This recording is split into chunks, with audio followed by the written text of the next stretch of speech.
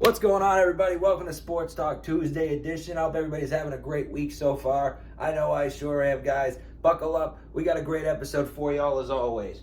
So, I know last week I started talking about the teams in the NFL, training camps underway, full swing. I want to do a very, very deep dive today, though.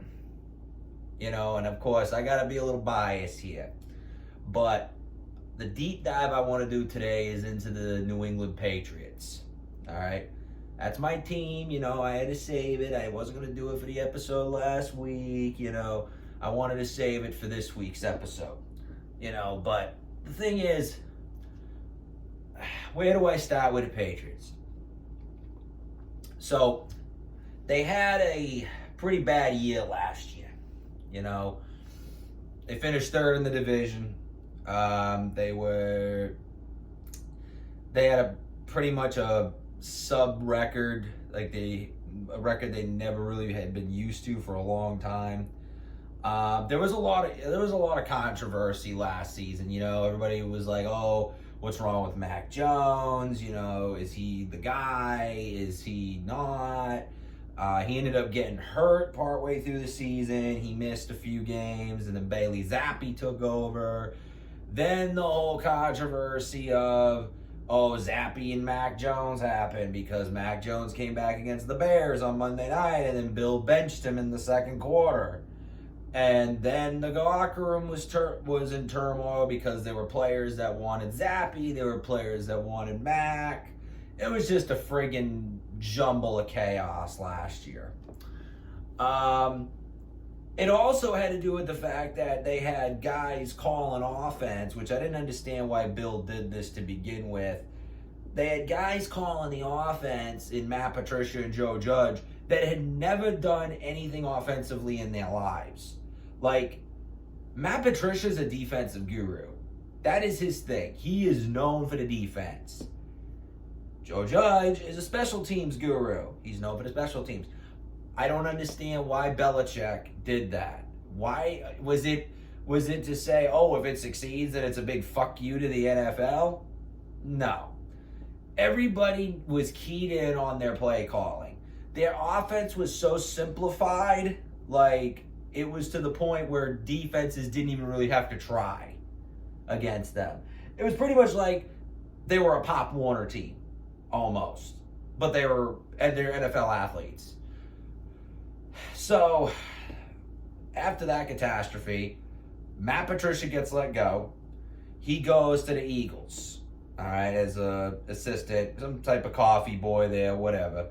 Joe Judge gets put with the special teams. I don't think he's the special teams coordinator, but he's doing work with special teams this year, which is, again, that's his forte. That's his MO.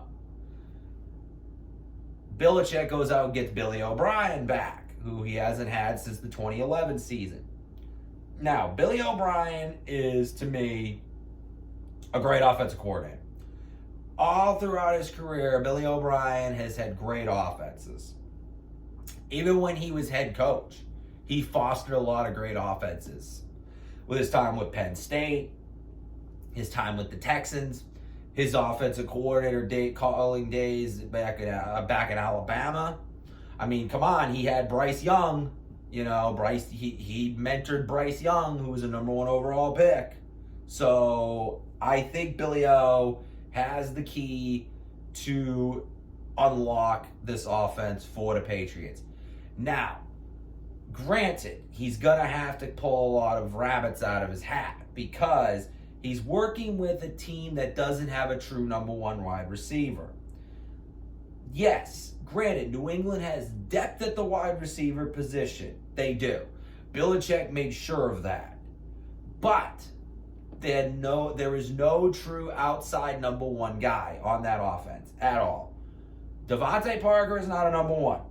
He's a number 2 guy at best. Same with Juju Smith-Schuster. He's not a number 1. Even though at Kansas City, Juju was the number 1 receiver. I don't think he's a number 1 receiver, though, for New England. I just don't. Kendrick Bourne, another guy, not a number 1. Tyquan Thornton is a mystery. He's only in his second season. I don't know what he's going to be like.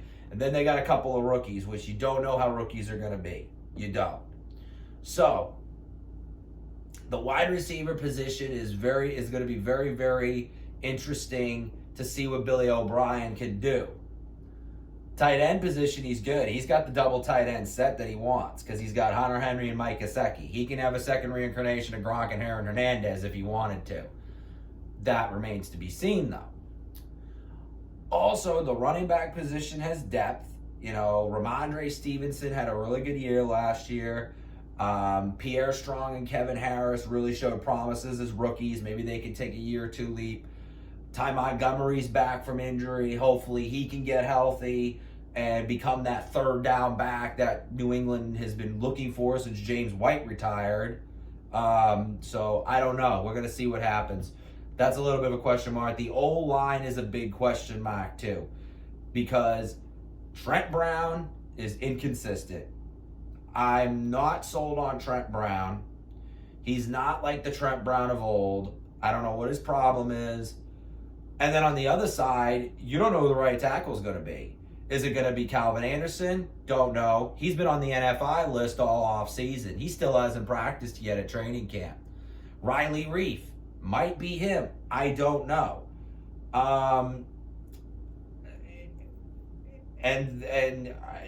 really, Belichick didn't go out and get any tackles in the draft. I mean, he's got Stuber. I forgot about that. Andrew Stuber is another guy he's had from last year's draft.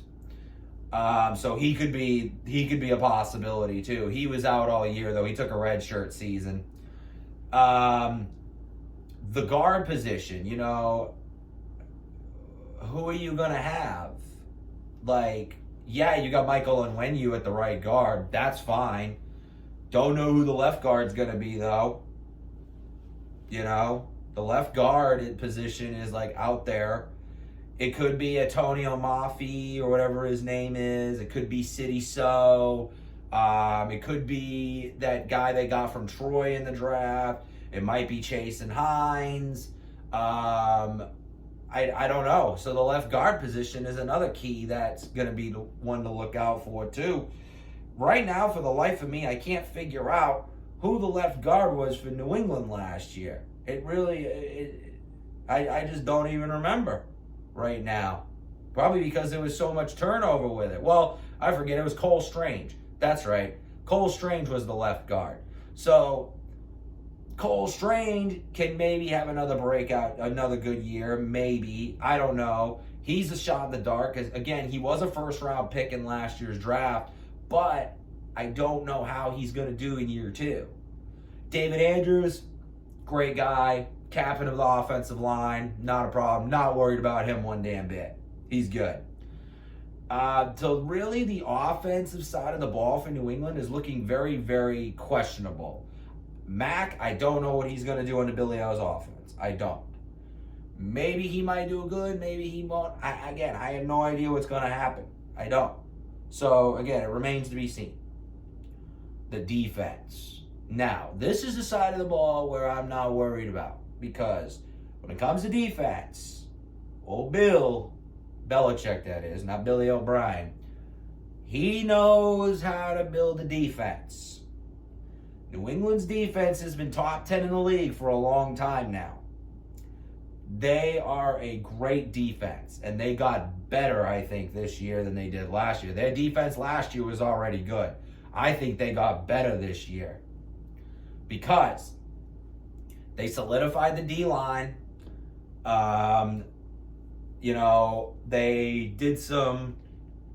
They went out in the draft, got a couple of guys on defense, like Christian Gonzalez for corner, Keon White for the D-line, Marte Mapu for linebacker, on top of keeping their core guys intact on that defense, like Jonathan Jones, Jawan Bentley, Matthew Judon. Losing Devin McCourty, that's going to hurt. But I think they can be okay with Duggar and Adrian Phillips. I think those two guys are going to be the key cogs for the safety position. And Jalen Mills. I forgot about Jalen Mills because he's moving to safety too. So the safety position's good. The corner position is very young and up and coming with the Joneses. I don't know what's going to happen with Jack Jones because for those of you who don't know, he got caught trying to bring guns into the airport, loaded too. So he may be facing a suspension. I don't know though. Marcus Jones is good. Gonzalez, I think, is going to be a beast because he slid down in the draft for some reason when he was supposed to be a top 10 pick. He fell all the way to 17th, and New England scooped him up. So the DBs are good. The linebackers are good already. The D-line is good. I'm not worried about the defense. The special teams will figure itself out too because Joe Judge will take care of that. I'm not worried about that.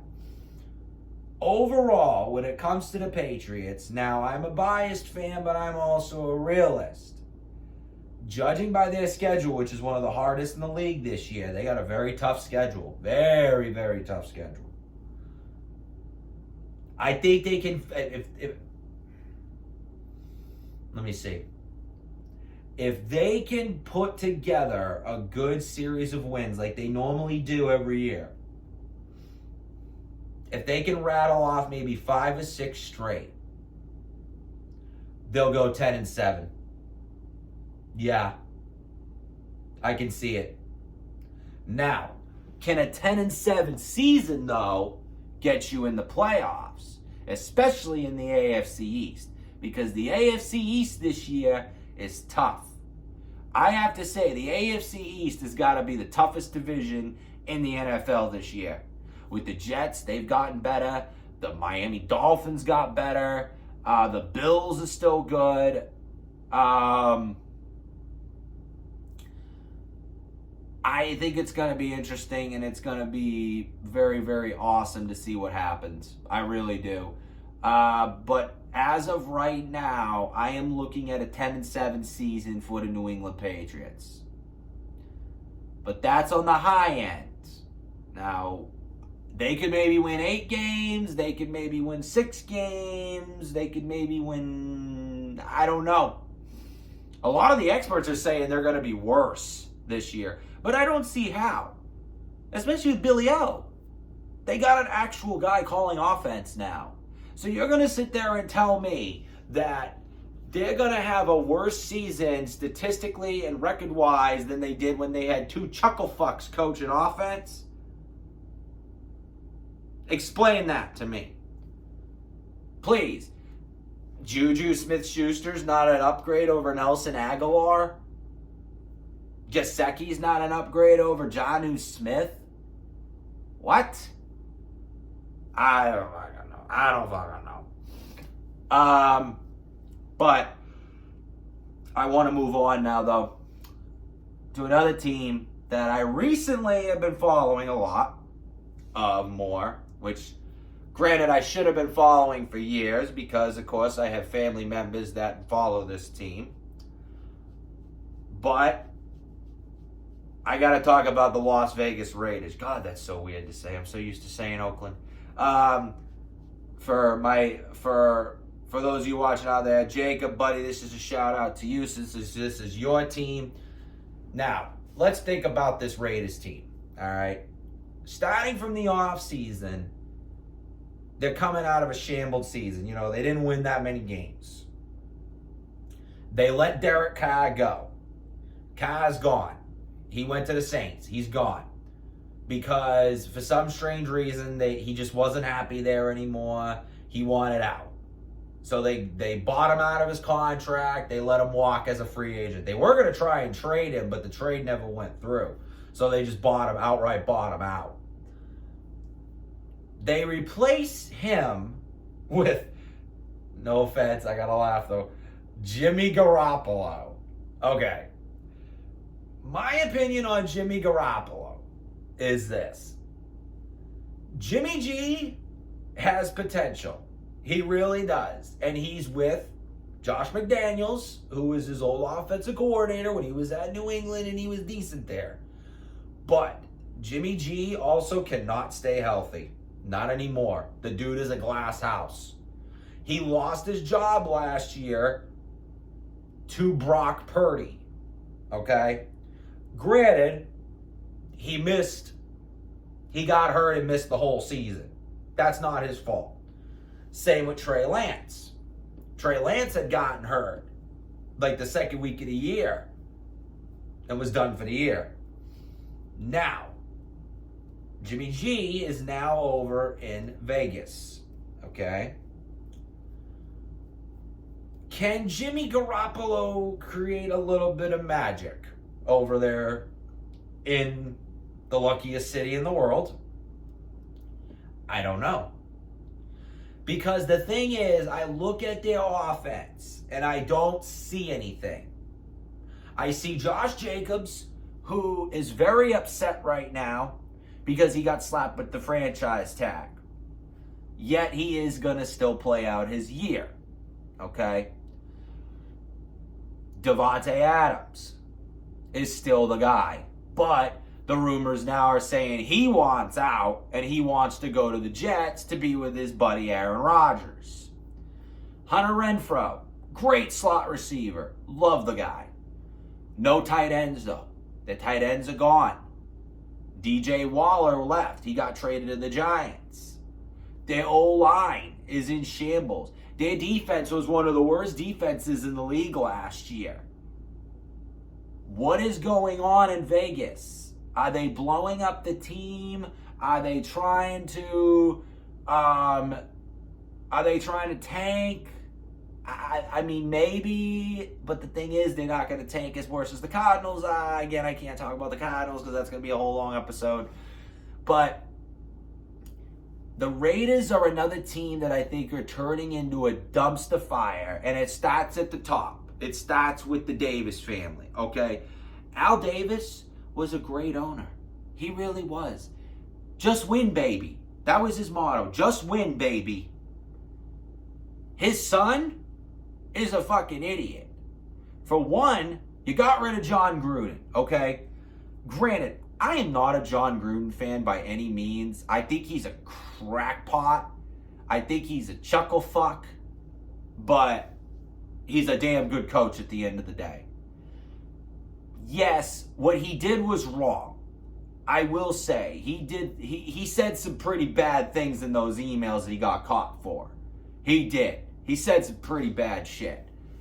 But I think they shouldn't have gotten rid of him. They shouldn't have. Because let's be real, guys.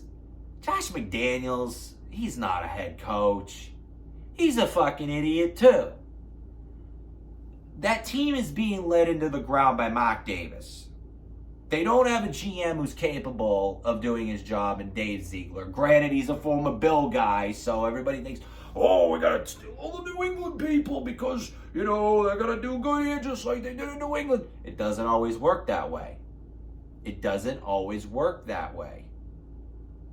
Now, I will say this.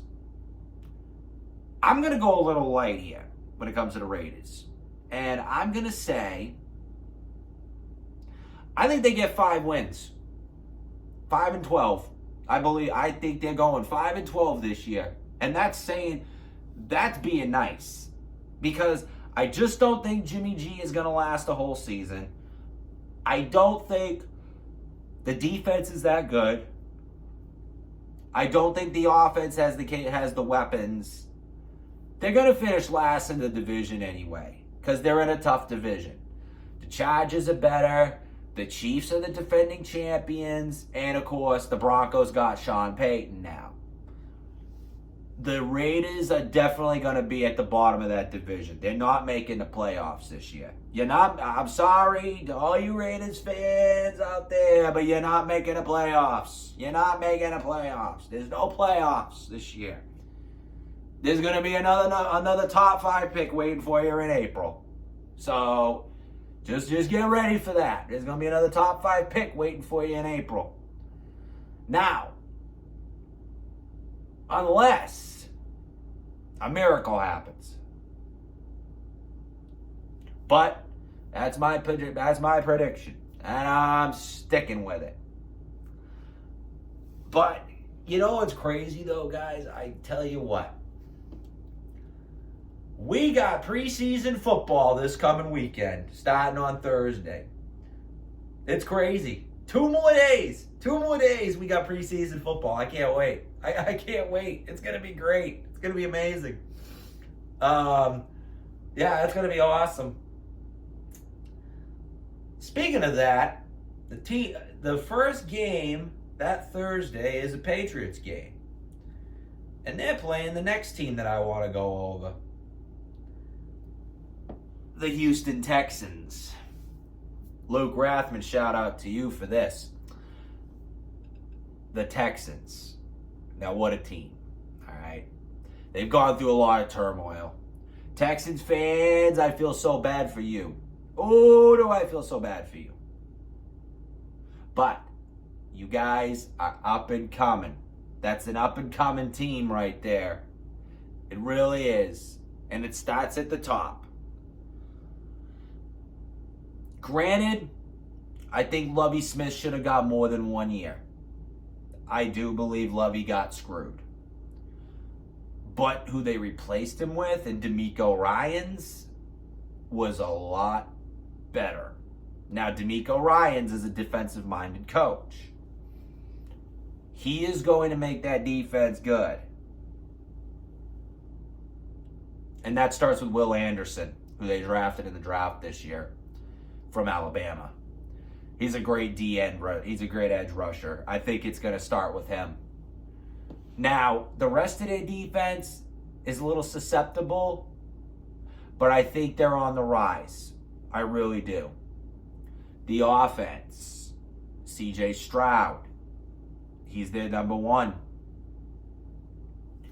C.J. Stroud, to me, I think is going to be a good quarterback. I really do. I hope he is. I know the odds are against him because he went to Ohio State, and not a lot of Ohio State quarterbacks translate good into the NFL. Justin Fields so far has, but he's very young. This is only his 3rd year. We'll see how Stroud does. He is the key on the offense, though. Looking at the Texans top to bottom, they're a mid team. They really are. You know, they had the number 2 pick in the draft this past year. Do I think they're gonna be that bad again, though? I just don't see it. You know, I don't. Like, to me, I don't think they're going to be that bad. Do I think they're going to land a pick outside the top 10? No. I think they're going to be one of the worst 10 teams in the league. But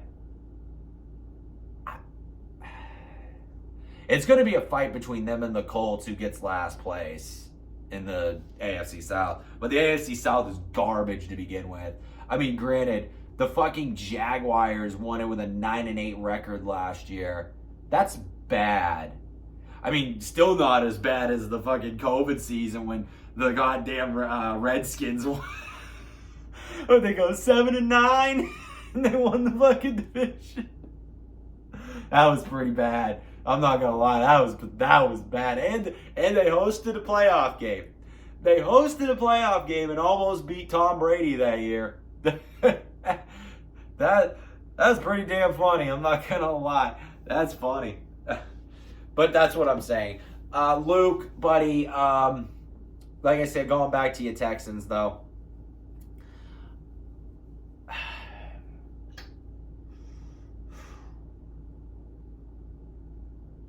Seven and 10. I really do believe that if Stroud does good, I think they can go 7 and 10 this year. I'm saying it. I think they're better than the Colts. I do. Now, I'm not going to talk about the Colts today, though. That's a team I'm going to wait and do on my next episode. But I think this Texans are better than the Colts. Slightly better. Maybe 1 or 2 wins.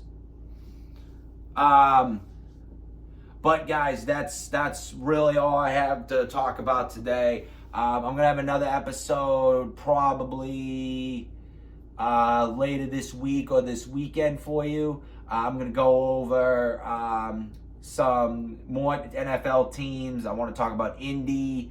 I'm going to go over... I'm also going to go over the start of or not the start of, but some of the preseason action too, and kind of go over some of those games. Guys, have a great Tuesday. It's a very hot day down here in Texas. To all my Texas Texas followers, my Texas listeners, stay hydrated, stay healthy, drink plenty of water, stay indoors as much as you can, and just be mindful. All right? Take it easy, guys. Have a great rest of your day.